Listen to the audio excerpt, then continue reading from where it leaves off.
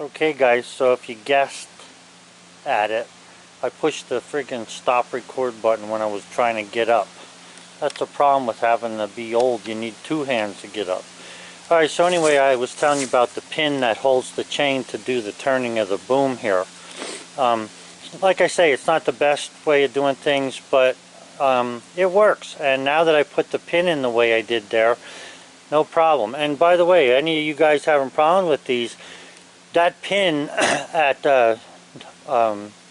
New Holland, I think they wanted $86 for that hardened pin to go through there and hold the chain. Well, guess what? At Tractor Supply you can buy a 1-inch bolt for 14 bucks. Cut it off and it does the same thing. Drill holes in it for pins or cotter keys or whatever you want. So I replaced some hoses on it. You can see they're not all of them. This is a real nuisance. These hoses come from in here, and if this isn't the worst design for something, you cannot get a wrench on those tools. If you have a leaky, like let's say this hose in the middle leaks, you got to take all of them off, which you can see I've already done that to a couple. But anyway, the machine is pretty tight because, you know, I insisted on good maintenance, and it's in good shape. It runs good, starts up, you know, 99% of the time. You can see I got a couple little things I need to weld here just to make sure this stays together. But I like the machine. I think this machine, from what I remember, now don't quote me on this, and I could get my book out, but I'm not going over there right now. I think this machine weighs 11,000 pounds, so it's a pretty heavy machine.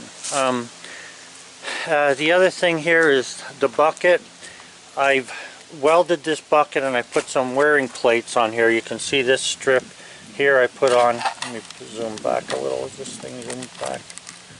Okay, I put that wearing strip there on, and I put a plate on, some plates on here because the corner had wanted to tear out.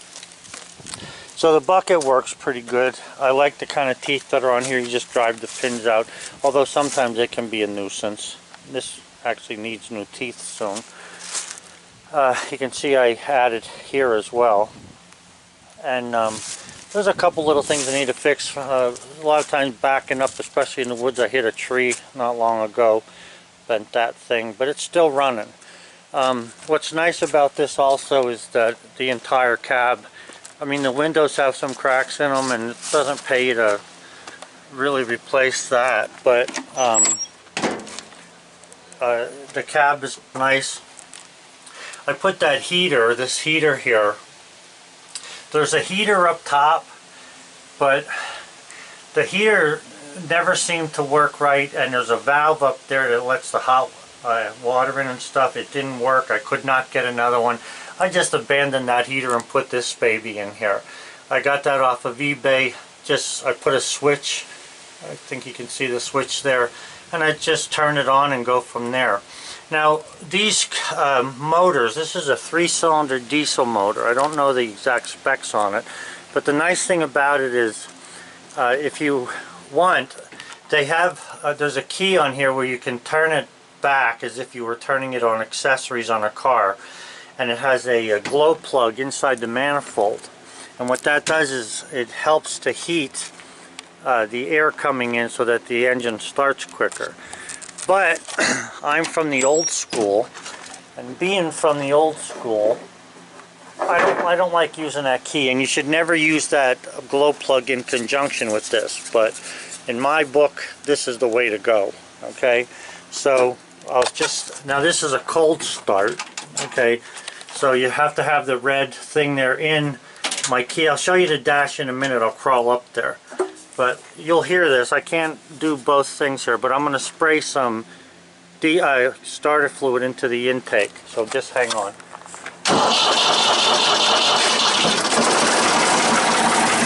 So that's 83 years old, you know what I mean? And that's all it takes to start this, and I'm happy with that. I also put a little bit of like this strip I put in here because I found myself sliding off of it. They had lost the cover at one point. I don't know where it got to. I made that cover. I put the bolt in, and this bolt actually It's held in there because the cover has a little bit of a bend to it, so it sort of puts tension on it. So that bolt works fine. Let me see what else. I'm not sure what the force of this machine is. I know I've picked up some heavy stuff with this already, especially the loader bucket. I mean, a full bucket is not an issue with this. You don't have to be playing games with it. You know, when I was moved here, this thing was 200 miles away, and with its age, I thought, maybe I'll buy a new John Deere.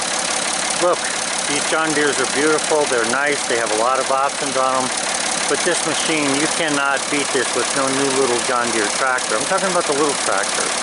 You could take this thing and pick those tractors up and walk away with them. So I like this because it does everything I need it to do. I'm good on it because I've had it for years. So the controls for the backhoe, you could buy the option where it had wobble sticks, but these 4 levers here, one does, you know, each movement. These are for the stabilizer. I like it. I'm used to it. There's no sense in trying to teach an old dog new tricks, I suppose. But I like it, and I just, you know, want to use that. So the problem I had with it, and the only thing that I could not fix, let me just shut this off so you can hear me. The problem I had here, guys, hang in there. I got to use both hands to get in this sucker. Okay, so the problem I had here was the key, looking at the dash, the key was down here, and every time I would do stuff I was banging it and I was almost breaking the key off. So I didn't like that. So what I did was, and also there was a tachometer up here, and the tachometer is driven, I don't know if this is a good explanation, but the tachometer is driven the same way the old Corvettes were, with a cable off the distributor, but this has a cable off of the, I think it's the oil pump, and the cable just never wanted to stay working. So I bought a new tachometer for it. I put it in, it would not work. I abandoned that and just sealed off the end of the shaft down by the motor. However, you know, you need to know this other stuff. So what I did was I put these gauges in here, and I made this little dash here, which I like. And I have a light. If I'm running it at night, you can turn the light on, and it lights up the switches. The light over here, when you're getting into the cab at night, the light comes on so I can see and don't break my neck, because a lot of times I plow snow and it's dark. I actually like plowing snow at night, except for the fact that you can't get help at night, but I do like plowing at night because there's never any traffic. Not that I worry about traffic up here, but it's just an old habit. I used to plow 9 miles of road at one point. But yeah, so I replaced these gauges with these things here, Bosch. They work good. They seem to be able to take all the rough abuse that this gives, because there's really no suspension on these things except for what's you know, the air in the tires. I made this little thing here for the key, which is, you know, H is for heat, off, on, and then start. And then I made this little tab as well for the on for the lights. The horn doesn't work. I don't care if it works. The lights do work. When I can turn the switch, and the lights on the outside corners, you can see one there, and there's one there, will come on. So I hooked up, what I did was I just welded. I was freezing my butt off, and I wanted to get this heater on about 5 years ago. So I took this and I just welded it to the frame, the ROPS frame of the cab, and bolted this on, and the fan keeps the window clean.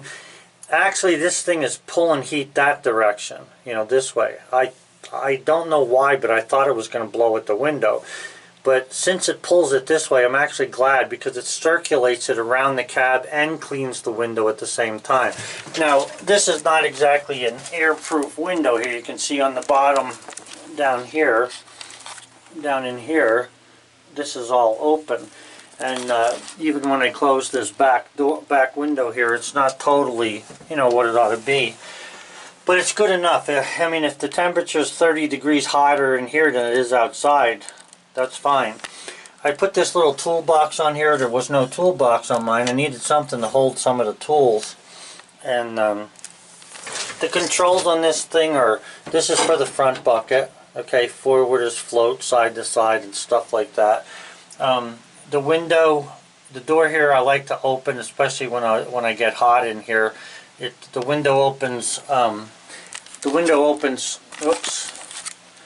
The window opens like this, so it catches air and blows it into the operator real easy. So that's pretty nice.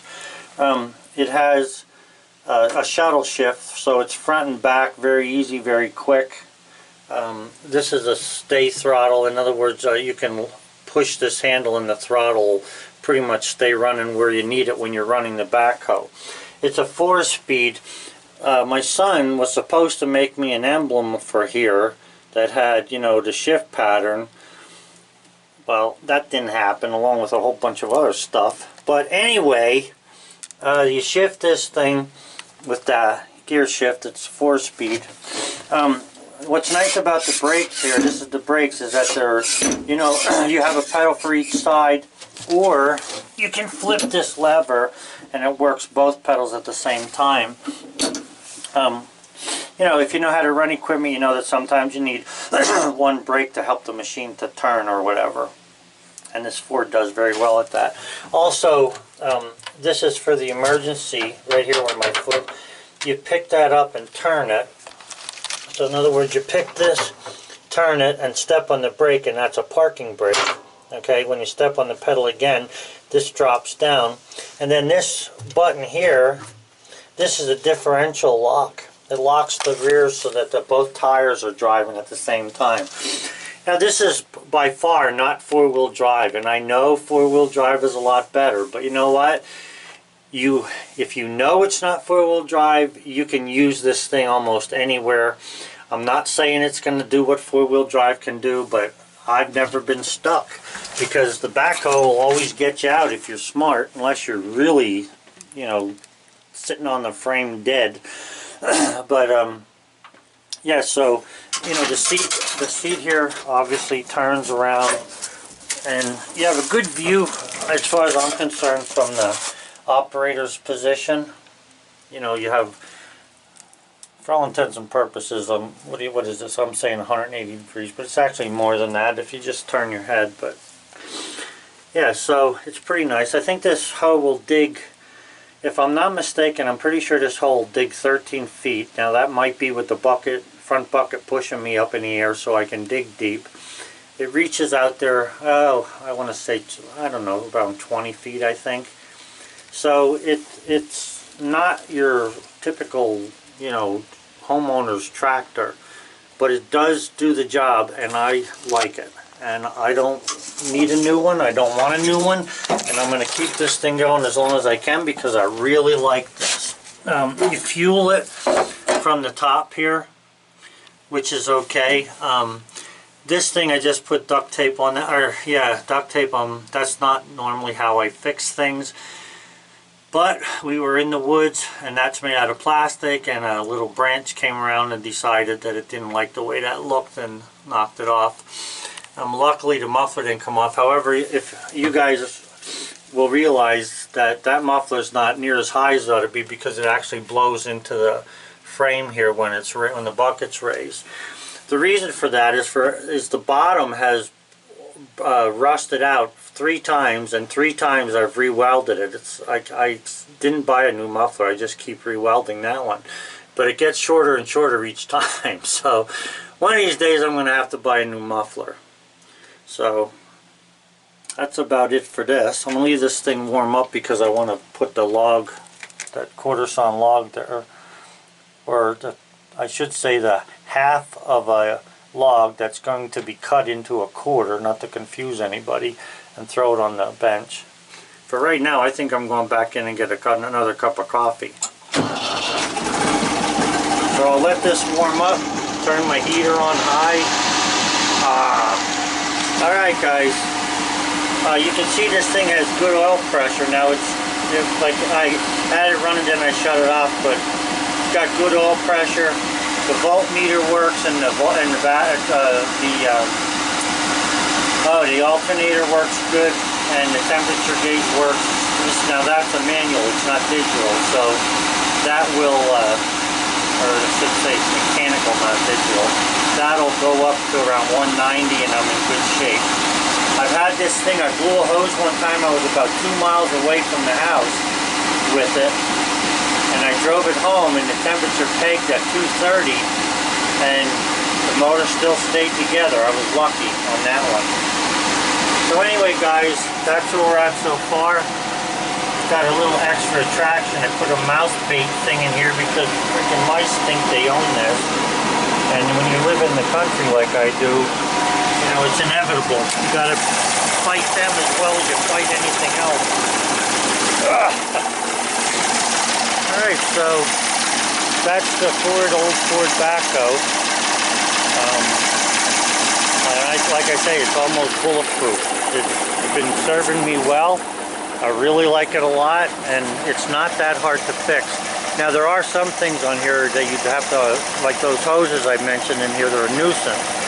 They're tough to work on, but you can get at it. I cut a couple of wrenches off to fit in there. When I first got,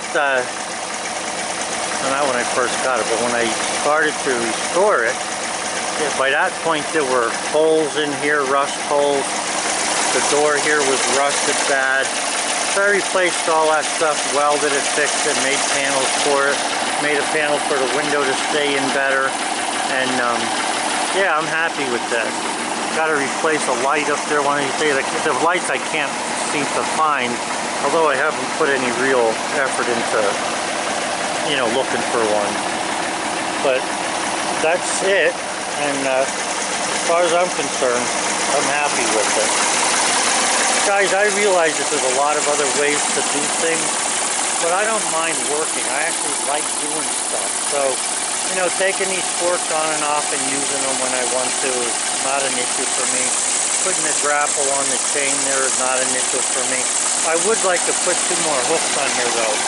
A hook on this side and a hook on the other side would make it nice for when I have something like maybe 4 logs that I can't get on the fork.